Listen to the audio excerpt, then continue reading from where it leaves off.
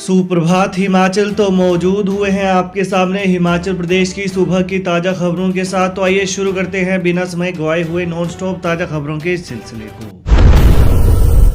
हिमाचल प्रदेश में 14 तक कोहरे का अलर्ट, शुष्क ठंड से दिक्कतें, बड़ी बारिश बर्फबारी के आसार नहीं। हिमाचल प्रदेश में हालांकि आने वाले कुछ दिनों तक मौसम साफ रहेगा, लेकिन प्रदेश में इस बीच कोहरे का अलर्ट है। मौसम विज्ञान केंद्र शिमला ने 14 दिसंबर तक प्रदेश में कोहरे का अलर्ट जारी किया है। इस दौरान प्रदेश के मैदानी इलाकों में जहां ठंड का प्रकोप और अधिक होने के आसार हैं, तो विजिबिलिटी कम होने के कारण वाहन चालकों को भी परेशानियों का सामना करना पड़ सकता है। वहीं हिमाचल प्रदेश में हालांकि अभी तक बर्फबारी बारिश का दौर शुरू नहीं हुआ है, लेकिन ठंड का प्रकोप अभी भी जारी है। सुबह और शाम शुष्क ठंड के कारण लोगों की परेशानियां काफ़ी ज़्यादा बढ़ गई हैं। मैदानी इलाकों में पहाड़ों से ज़्यादा ठंड पड़ रही है। किसान यूनियन नई सरकार बनने से गदगद। हिमाचल किसान यूनियन में प्रदेश में कांग्रेस सरकार बनने पर खुशी की लहर है। यूनियन के प्रदेश अध्यक्ष सीताराम वर्मा तथा महासचिव तेजनाथ शर्मा ने कहा कि प्रदेश की नई सरकार से किसानों को बहुत आशाएं हैं। प्रदेश अध्यक्ष सीताराम वर्मा ने 3 माह पूर्व कहा था कि जो पार्टी किसान बागवान आयोग गठन करने की घोषणा करता है, उसे हिमाचल के 3,50,000 यूनियन के सदस्य अपना समर्थन देंगे। सीताराम वर्मा ने कहा कि कांग्रेस ने अपने घोषणा पत्र में किसान बागवान आयोग गठित करने की बात कही है। इसी के चलते हिमाचल के किसानों बागवानों ने कांग्रेस का समर्थन किया है। वहीं इसके लिए प्रदेश के किसानों बागवानों का भी आभार व्यक्त किया गया है। उन्होंने कहा कि निकट भविष्य में किसान बागवान सरकार को सहयोग प्रदान करता रहेगा। धर्मशाला में पढ़ाई से ज्यादा रहने का खर्च।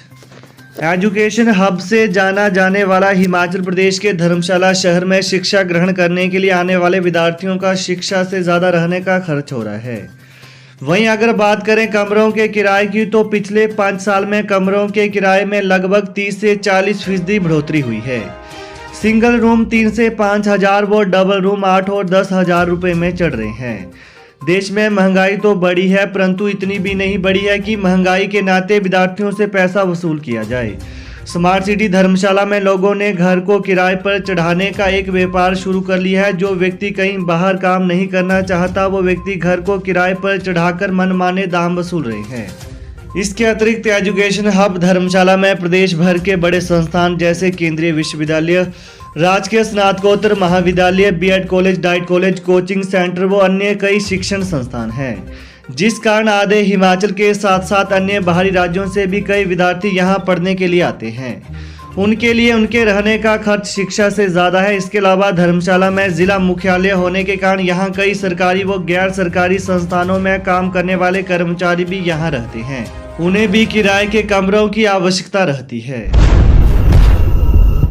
पूर्व मंत्री रमेश धवाला ने जयराम ठाकुर पर फोड़ा हार का ठीकरा। ओपीएस में ये कहा। पूर्व मंत्री और देहरा हलके से भाजपा प्रत्याशी रमेश धवाला ने पूर्व मुख्यमंत्री जयराम ठाकुर पर हार का ठीकरा फोड़ा है। उन्होंने 2 टूक में कहा कि हार का कारण मुख्यमंत्री रहे, जिन्होंने ओपीएस को घोषणा पत्र में शामिल नहीं किया। उन्होंने कहा कि यदि भाजपा ने ओपीएस मांग को घोषणा पत्र में रखा होता तो आज स्थिति और होती। देहरा हलके से भाजपा प्रत्याशी रमेश धवाला विधानसभा चुनाव में हार के बाद कार्यकर्ताओं के साथ मंथन बैठक के उपरांत पत्रकारों से बातचीत कर रहे थे। वहीं धवाला ने कहा कि ओपीएस को लेकर घोषणा पत्र में कुछ होता तो भाजपा की हार नहीं होती। देहरा हलके से अपनी हार पर बोलते हुए धवाला ने कहा कि देहरा में उन्हें प्रचार के लिए मात्र 20 दिन मिले, जो कि पर्याप्त समय नहीं था। देहरा में कुछ लोगों ने भीतरघात किया, इसकी वजह से भी पार्टी को नुकसान हुआ। चुनाव के दौरान संगठन के किसी भी व्यक्ति ने देहरा में बिखरे कार्यकर्ताओं को एक करने की कोशिश नहीं की। 160 क्रेडिट तक स्कोर करने वालों को मिलेगी स्नातक ऑनर्स की डिग्री। उच्च शिक्षण संस्थानों में अब 4 वर्ष की शिक्षा पूरी होने पर स्नातक ऑनर की डिग्री मिलेगी। पहले यह डिग्री 3 वर्ष में पूरी होती थी। नई राष्ट्रीय शिक्षा नीति के तहत यह व्यवस्था लागू होगी। इसे लेकर ड्राफ्ट तैयार हो गया है और अब इसे विश्वविद्यालय अनुदान आयोग यूजीसी इसी सप्ताह अधिसूचित करेगा। विश्वविद्यालय में 4 वर्षीय स्नातक डिग्री कोर्सेज शुरू करना नई राष्ट्रीय शिक्षा नीति का हिस्सा है और चरणबद्ध तरीके से उच्च शिक्षण संस्थानों में राष्ट्रीय शिक्षा नीति में शामिल बिंदुओं को लागू किया जा रहा है। डाइट मनी बढ़ाने की आस, प्रदेश में नई सरकार बनने पर पुलिस जवानों की बड़ी उम्मीदें। प्रदेश में नई कांग्रेस सरकार से पुलिस जवानों को डाइट मनी बढ़ाने की आस है। पिछले लंबे समय से प्रदेश के पुलिस जवानों की न ही डाइट मनी बढ़ी है और न ही अतिरिक्त वेतन बढ़ाया गया है। पुलिस जवानों को आज भी 24 घंटे सेवाएं देने पर भी अतिरिक्त वेतन वर्ष 2012 के स्केल के हिसाब से दिया जा रहा है। ऐसे में पुलिस जवानों को 30 से 35 हजार रुपये का हर वर्ष वित्तीय नुकसान झेलना पड़ रहा है। इसके अलावा पुलिस जवानों को मिलने वाली डाइट मनी इतनी कम है कि डाइट मनी की राशि में चाय का कप तक नहीं लिया जा सकता है। प्रदेश के पुलिस जवानों को 210 रुपये प्रति माह के हिसाब से डाइट मनी दी जा रही है, जो प्रतिदिन के हिसाब से 7 रुपये है। मुख्यमंत्री सुखविंदर सुक्खू बोले, सुविधाओं से वंचित विद्यार्थियों को लाभान्वित करने के लिए सरकार तैयार करेगी विस्तृत योजना।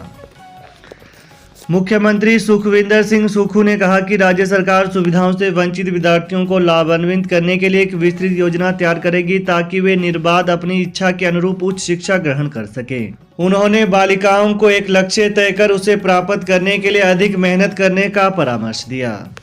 वहीं आश्रम में रहने वाली बालिकाओं को सभी आवश्यक सुविधाएं सुनिश्चित की जाएंगी। यह बात उन्होंने पिछले कल शपथ ग्रहण समारोह के बाद शिमला में टूटीकंडी स्थित बालिका आश्रम का दौरे के दौरान बालिकाओं को संबोधित करते हुए कही।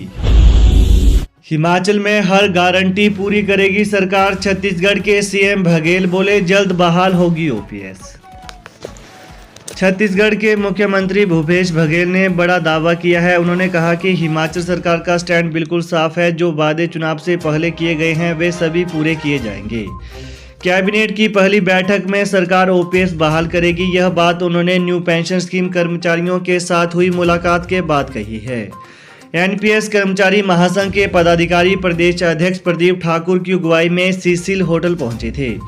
यहां उन्होंने भूपेश बघेल से मुलाकात की और उन्हें ओपीएस के वादे की याद दिलाई। दरअसल बघेल ने विधानसभा चुनाव के दौरान भी एनपीएस महासंघ से मुलाकात की थी।